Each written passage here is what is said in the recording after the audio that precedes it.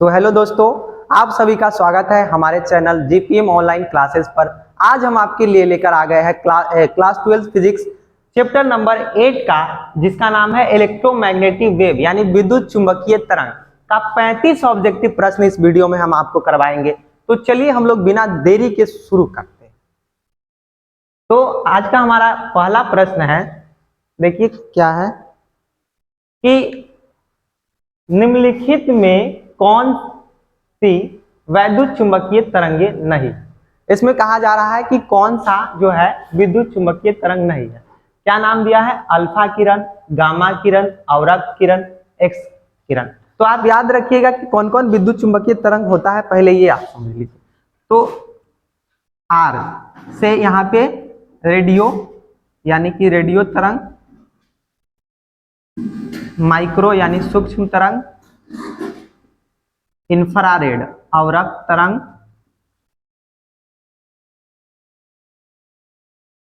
उसके बाद विजिबल दृश्य तरंग, वी से विजिबल, यू से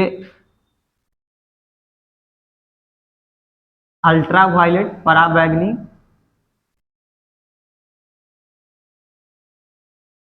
उसके बाद एक्स रे, और एक होता है गामा रे, गामा किरण। तो आप लोग इसमें देख रहे हैं कि ये टोटल विद्युत चुंबकीय तरंग है, और इसमें से पूछा है कि कौन विद्युत चुंबकीय तरंग नहीं है। तो देखिए गामा भी है, गामा भी है, अवरक्त भी है, अवरक्त भी है, एक्सरे है। तो यहाँ पे जो देख रहे हैं आप अल्फा किरण, इसमें से अल्फा किरण आपको दिख रहा है नहीं, तो इसलिए इस क्वेश्चन का जो आंसर है ऑप्शन नंबर ए हो जाएगा, गामा ए, अल्फा किरण विद्युत चुंबकीय तरंग नहीं। अगला प्रश्न देखिए क्या है कि प्रकाश एक वैद्युत चुंबकीय तरंग है। हाँ, प्रकाश क्या है? एक वैद्युत चुंबकीय तरंग है। इसका निर्वात में वेग प्रदर्शित किया जाता है निम्नलिखित में से किसके द्वारा प्रदर्शित किया जाता है? पहला ऑप्शन दे रहा है root under mu not epsilon naught, B है mu naught root under mu naught by epsilon naught, C है root under epsilon naught by mu naught, और डी है 1 by root under mu not epsilon naught. तो इसमें से आपको कौन सा आंसर लग रहा है, कौन सा सही होना चाहिए? तो याद रखिएगा, इसका जो विद्युत चुंबकीय तरंग प्रकाश का वेग जो दर्शाता है प्रकाश निर्वात में, वो है 1 by root under mu not epsilon not, यानी कि ऑप्शन नंबर ए जो है इसका सही हो जाएगा। अब अगला हम लोग देखते हैं। अगला प्रश्न क्या है? कह रहा है कि एक्स किरणें है, एक्स किरण को क्या है इनमें से? तो ऑप्शन नंबर है गतिमान इलेक्ट्रॉन, गतिमान धनात्मक आयन, ऑप्शन सी गतिमान ऋणात्मक आयन, ऑप्शन डी वैद्युत चुंबकीय तरंग। तो ये सब जो लिखे हैं ये सब क्या है? वैद्युत चुंबकीय तरंग है, और इसमें एक्स किरण पूछ दिया है, एक्सरे पूछ दिया है, तो क्या हो जाएगा? वैद्युत चुंबकीय तरंग, यानी कि ऑप्शन नंबर डी जो है इसका राइट आंसर हो जाएगा। अब अगले प्रश्न की ओर हम लोग बढ़ते हैं। अगला प्रश्न क्या कह रहा है? निम्नलिखित में से कौन सी तरंगे वैद्युत चुंबकीय है? फिर वही बात कह रहा है कि कौन सा आप चुन के बताइए कि विद्युत चुंबकीय तरंग है। ध्वनि तरंग, रेडियो तरंग, जल तरंग, रस्सी में उत्पन्न तरंग। तो आप लोग इसमें से देख लीजिए कौन सा लग रहा है कि विद्युत चुंबकीय तरंग है। रेडियो पहले ही मिल गया, यानी कि रेडियो जो है यहाँ पे विद्युत चुंबकीय तरंग है, बाकी बात विद्युत चुंबकीय तरंग नहीं है। Option number B right answer हो जाएगा। अगला प्रश्न की ओर हम लोग बढ़ते हैं। निम्नलिखित में से किस तरंग की तरंगदैर्घ्य न्यूनतम होती है, यानी तरंगदैर्घ्य कम होता है? तो ध्यान रखिएगा आप लोग कि जब हम लोग इधर से बढ़ेंगे, माने रेडियो की गामा की ओर से इधर बढ़ेंगे, तो तरंगदैर्घ्य जो है बढ़ता जाएगा।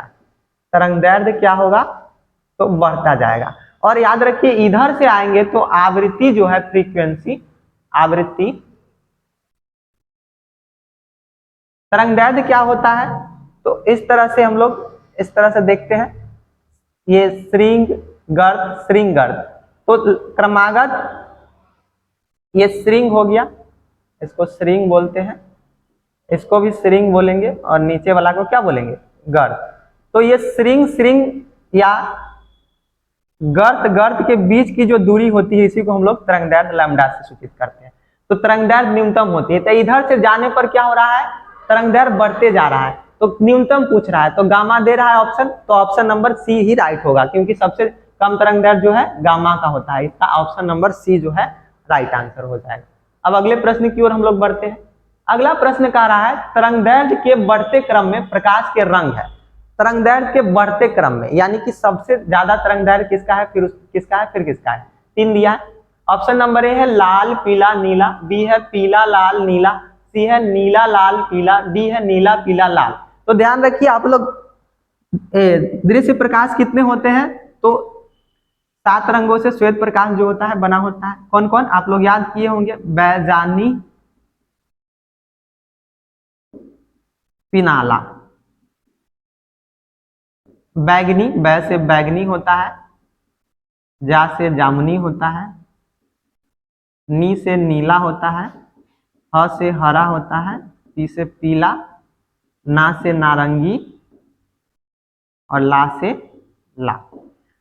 देखिए ध्यान रखिएगा, जब बैगनी से नीचे की ओर आएंगे तो तरंगदैर्घ्य बढ़ता जाएगा और नीचे से ऊपर जाएंगे तो आवृत्ति बढ़ती जाएगी।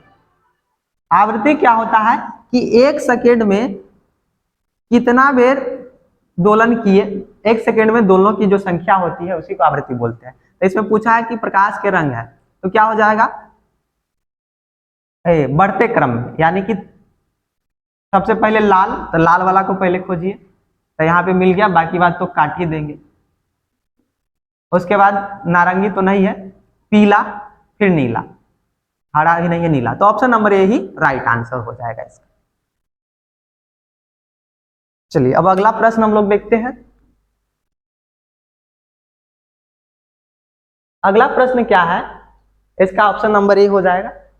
अगला, जल को कीटाणु रहित करने के लिए उपयुक्त है। जल को कीटाणु रहित यानी कीटाणु मारने के लिए क्या कौन सा किरण यूज किया जाता है। ऑप्शन दे रहा है अवरक्त किरण, दूसरा परावैगनी किरण, सी है पीला प्रकाश, डी है माइक्रो तरंग। तो याद रखिएगा कि जो जल को कीटाणु रहित करने के लिए जो है परावैगनी किरण का यूज किया जाता है।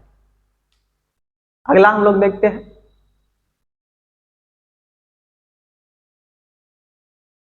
अगला कह रहा है यदि गामा किरण एक्स, गामा किरण का नाम क्या है एक्स, और माइक्रो तरंग, माइक्रो गामा किरण, गामा किरण तो गामा ही लिखेंगे, एक्स किरण, एक्स किरण और माइक्रो किरण, माइक्रो तरंग की निर्वात में चाल क्रमशः भीजी, यानी कि गामा का जो है भीजी दे रहा है स्पीड, और एक्स का जो है Vx और माइक्रो का Vm।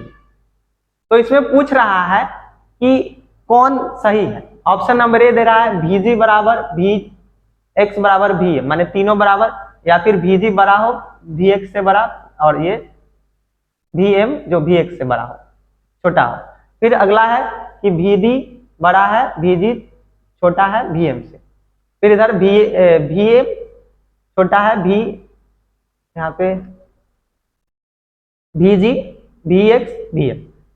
तो यहाँ पे आप ध्यान रखिएगा कि निर्वात में जो है कोई भी विद्युत चुंबकीय तरंग हो उसका चाल जो होता है 3 गुने 10 के पावर 8 मीटर पर सेकेंड ही होता है, कोई भी विद्युत चुंबकीय तरंग हो। तो इसमें तीनों पूछा है, तो तीनों का वेग क्या हो जाएगा, समान हो जाएगा, यानी कि ऑप्शन नंबर ए जो है इसका राइट आंसर हो जाएगा।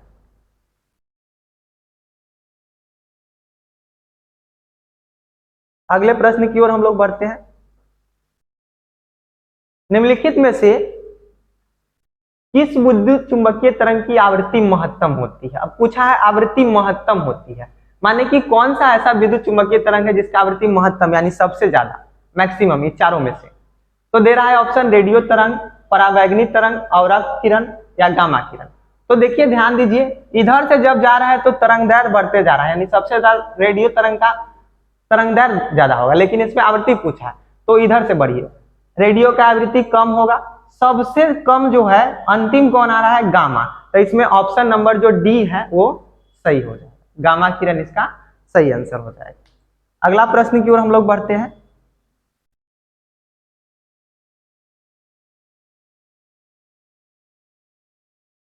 अगला है सबसे अधिक आवृत्ति होती है, फिर वही बात है, तो इसमें गामा किरण ही होगा। अगर मान लीजिए कि आपसे पूछता, सेम क्वेश्चन है कि सबसे न्यूनतम आवृत्ति होती है इसमें से, गामा किरण की, नीले प्रकाश की अवरक्त किरण की, पराबैंगनी किरण की। तो इधर से बढ़िए, सबसे पहले कौन आ रहा है इधर में? रेडियो। रेडियो है? नहीं है। सूक्ष्म है? नहीं है। अवरक्त? अवरक्त है। तो अगर यहाँ पे क्वेश्चन रहता सबसे न्यूनतम आवृत्ति होती है, तो ऑप्शन नंबर सी इसका राइट आंसर हो जाता है। ऐसे इसका गामा किरण ही होगा, पिछला क्वेश्चन की तरह। चलिए अगला प्रश्न की ओर बढ़ते हैं हम लोग, देखते हैं क्या है। हाँ, अगला पूछ रहा है कि चुंबकीय क्षेत्र बी तथा विद्युतीय क्षेत्र ई के अनुपात बी बाई ई का मात्रक होता है। पूछा है कि बी बाई ई का मात्रक कितना होता है। तो मीटर पर सेकेंड यानी metre second inverse, second metre inverse की मीटर पर सेकेंड की मीटर सेकेंड -2। तो याद रखिएगा कि बी बाई ई का जो मात्रक है यानी कि चुंबकीय क्षेत्र और विद्युतीय क्षेत्र के अनुपात का मात्रक, वो सेकेंड मीटर इनवर्स है, यानी कि ऑप्शन नंबर बी जो है इसका करेक्ट हो जाएगा। अगला प्रश्न की ओर हम लोग बढ़ते हैं।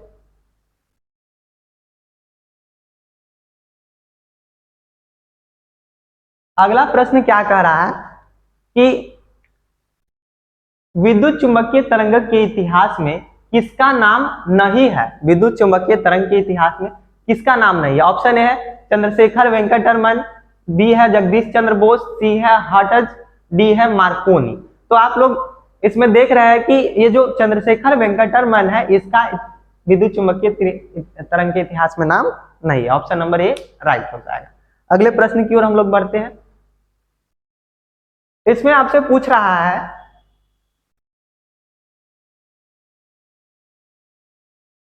कि निम्न में कौन वैद्युत चुंबकीय तरंगे है?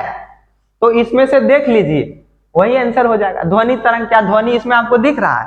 तो ध्वनि नहीं दिख रहा है, तो ऑप्शन ए नहीं होगा।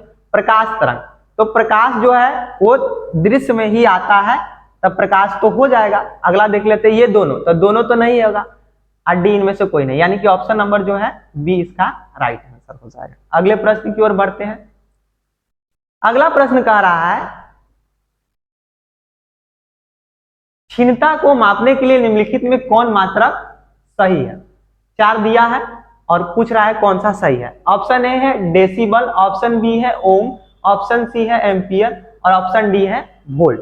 तो कौन सा सही हो जाएगा? तो डेसिबल को मापने के लिए जो है, क्षीणता को मापने के लिए जो है डेसिबल यूज होता है। ओम जो है प्रतिरोध को मापा जाता है, एम्पियर धारा को, और वोल्ट जो है विभवांतर को मापते हैं।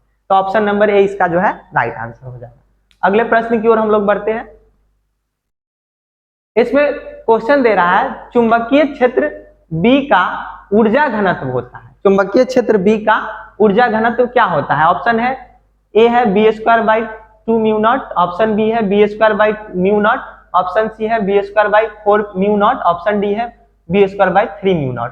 तो आप लोग इसका आंसर याद रखिएगा कि चुंबकीय क्षेत्र बी का जो ऊर्जा घनत्व होता है वो होता है b²/2 म्यू नॉट, यानी कि ऑप्शन नंबर ए जो है इसका करेक्ट हो जाएगा।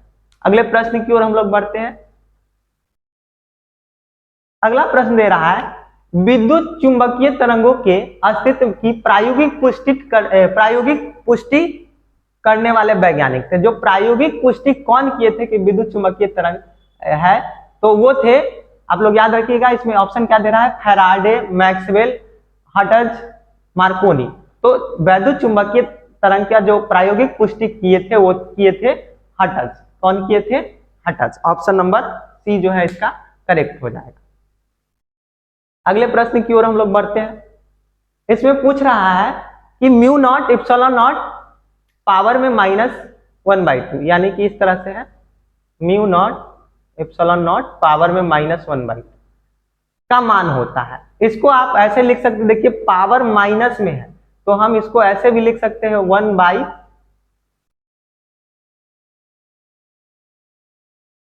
म्यू नॉट इप्सिलॉन नॉट अब पावर 1/2। देखिए 1/2 पावर में होता है, उसका मतलब होता है 1 पावर, अगर 1/2 है तो उसका मतलब रूट होता है म्यू नॉट एप्सिलॉन नॉट। और ये जो 1/√म्यू नॉट एप्सिलॉन नॉट जो है, इसका मान कितना होता है? तो प्रकाश जो वेग से चलता है उस उतना के बराबर होता है। तो कितना हो जाएगा? 3 × 10⁻7 मीटर पर सेकेंड। तो नहीं, 3 × 10⁸ मीटर पर सेकेंड। तो हाँ, ऑप्शन नंबर बी जो है इसका करेक्ट हो जाएगा। अगले प्रश्न की ओर हम लोग बढ़ते हैं।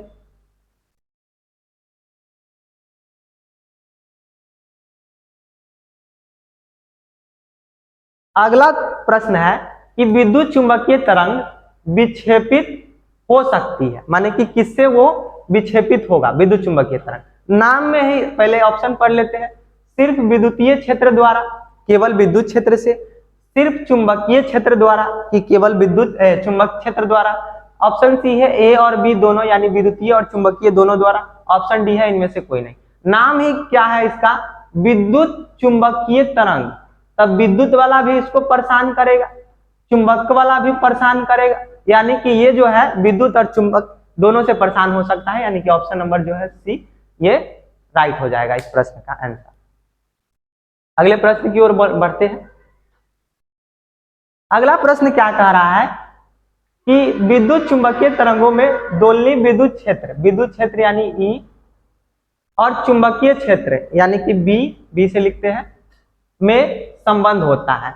विद्युत चुंबकीय तरंग में जो दोलनी है, विद्युत क्षेत्र और चुंबकीय क्षेत्र में क्या संबंध होता है, तो आप लोग याद रखिएगा। इसमें ऑप्शन दे रहा है सी बराबर E naught by B naught, C बराबर B naught by E naught, C square बराबर E naught by B naught, C D बराबर है सी स्क्वायर बराबर B naught by E not.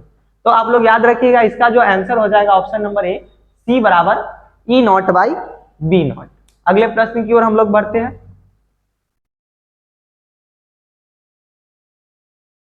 अगला प्रश्न क्या कह रहा है कि विद्युत चुंबकीय तरंगों में, यानी जो विद्युत चुंबकीय तरंग है उसमें क्या होता है।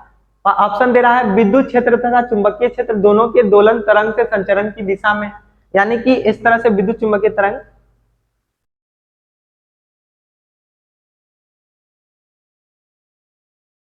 इस तरह से, ऊपर वाला विद्युत है और नीचे वाला चुंबक, ये दोनों जो है एक दूसरे के लंबवत चलते हैं। चलिए ऑप्शन पढ़ लेते हैं।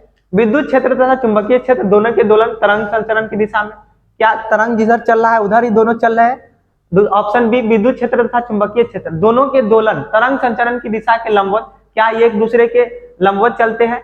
तीसरा है विद्युत क्षेत्र के दोलन तरंग संचरण की दिशा में, माने विद्युत क्षेत्र जो है तरंग की दिशा में चलता है, और चुंबकीय क्षेत्र के दोलन तरंग संचरण की दिशा के लंबवत। एगो विद्युत क्षेत्र की दिशा और एगो लंबवत। ऑप्शन डी है विद्युत क्षेत्र के दोलन तरंग संचरण की दिशा के लंबवत, यानी कि जो विद्युत क्षेत्र का दोलन है वो तरंग संचरण की दिशा के लंबवत, और चुंबकीय क्षेत्र में दोलन तरंग संचरण दिशा में होता है।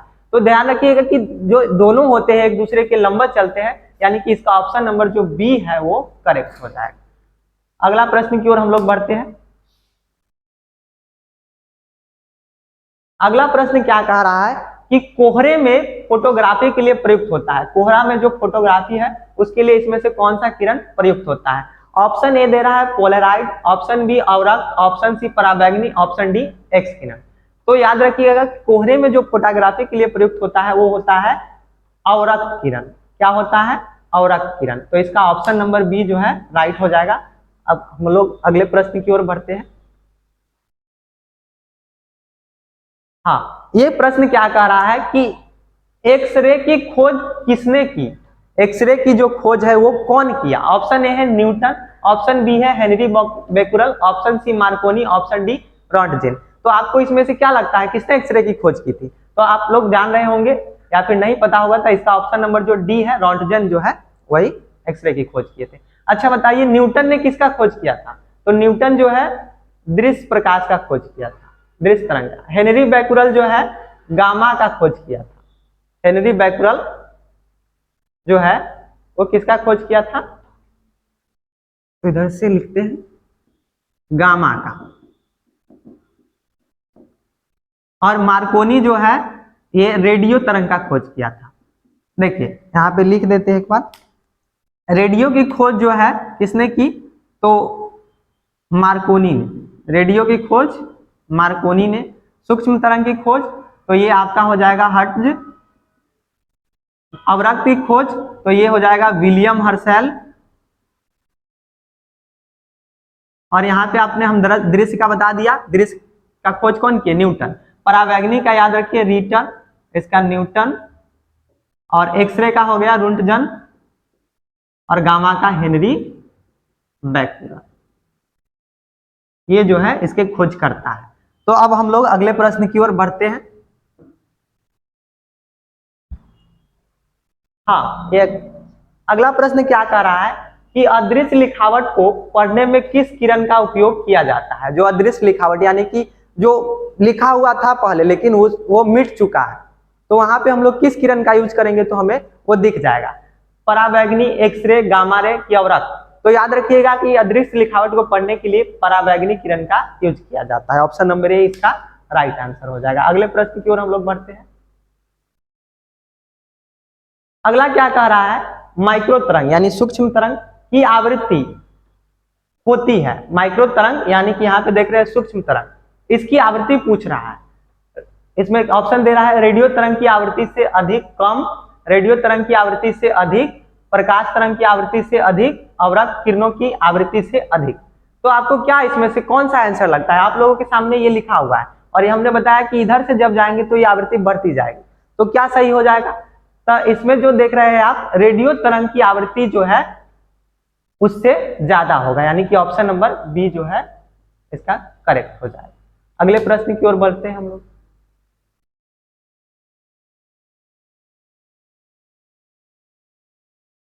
अगला प्रश्न पढ़िए आप लोग, क्या लिखा हुआ है कि एक विद्युत चुंबकीय तरंग में ऊर्जा, एक विद्युत चुंबकीय तरंग है उसमें ऊर्जा क्या होता है, केवल विद्युत क्षेत्र वेक्टर द्वारा पूर्ण रूप से साझा की जाती है। खाली विद्युत क्षेत्र द्वारा कि केवल चुंबकीय क्षेत्र वेक्टर द्वारा पूर्ण रूप से साझा की जाती है। विद्युत और चुंबकीय क्षेत्र के बीच समान रूप से विभाजित होती है कि शून्य। तो आप लोग याद रखिएगा, नाम ही है इसका विद्युत चुंबकीय तरंग में ऊर्जा, तो दोनों में 50-50 चलेगा, माने दोनों में समान रूप से क्या होगा, विभाजित होगा, यानी कि इसमें जो है ऑप्शन नंबर सी जो है इसका राइट हो जाएगा आंसर। अगले प्रश्न की ओर हम लोग बढ़ते हैं।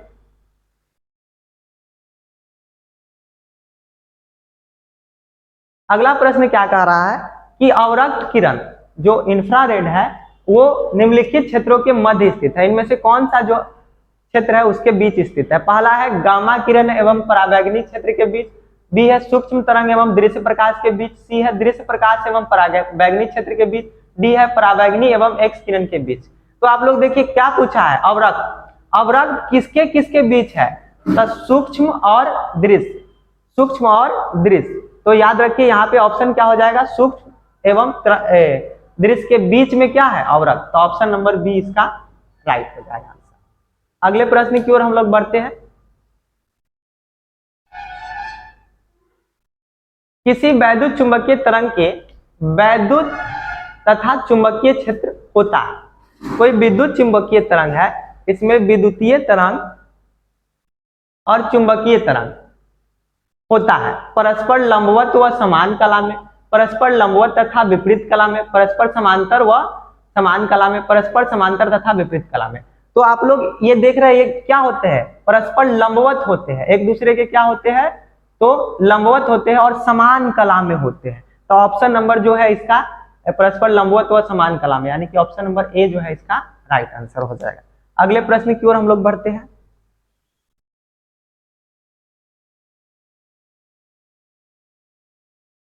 अगला प्रश्न क्या कह रहा है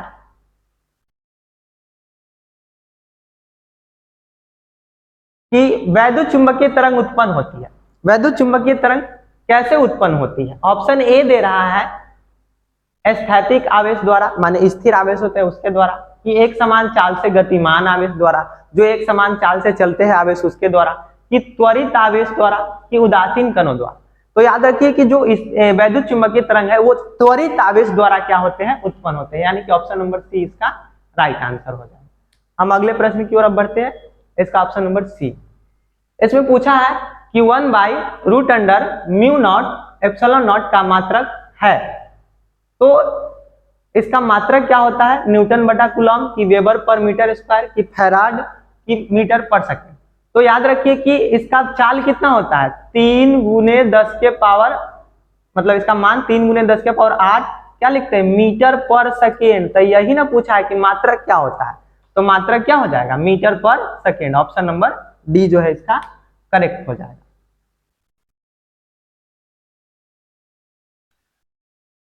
लैम्डा लिखते तरंग दैर्घ्य की जगह।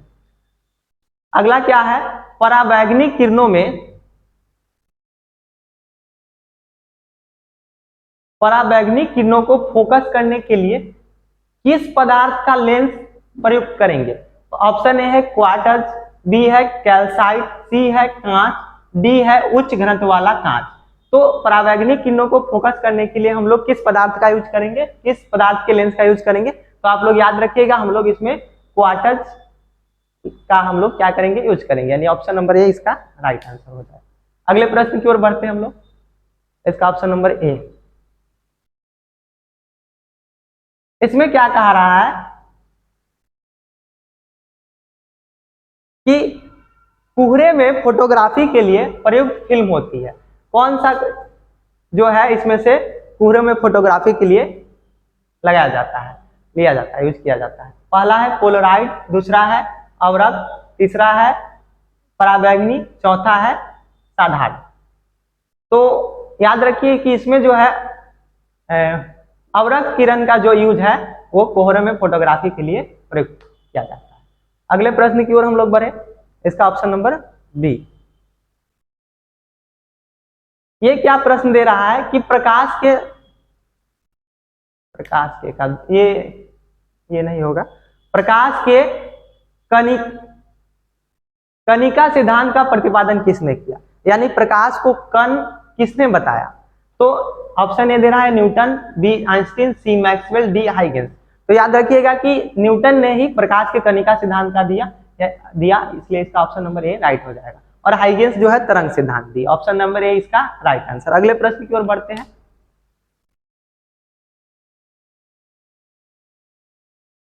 ये क्या कह रहा है, 1/√μ0ε0 की विमा होती है। विमा पूछा है तो देखिए इसका मान कितना है, 3 × 10⁸ मीटर पर सेकेंड। विमा हम लोग मात्रक से ही निकालते हैं। तो मीटर क्या है, एक लंबाई है, यानी लंबाई के लिए विमा क्या लेते हैं, एल, और समय सेकेंड क्या है, समय, तो समय के लिए टी। तो जब इसको ऊपर ले जाएंगे तो ये एल +1 है, ऊपर जाएगा तो -1, ये क्या हो जाएगा एल टी इनवर्स, यानी एल टी इनवर्स कहाँ पे है? तो ऑप्शन नंबर बी इसका राइट आंसर हो जाएगा। अगले प्रश्न की ओर बढ़ते हैं।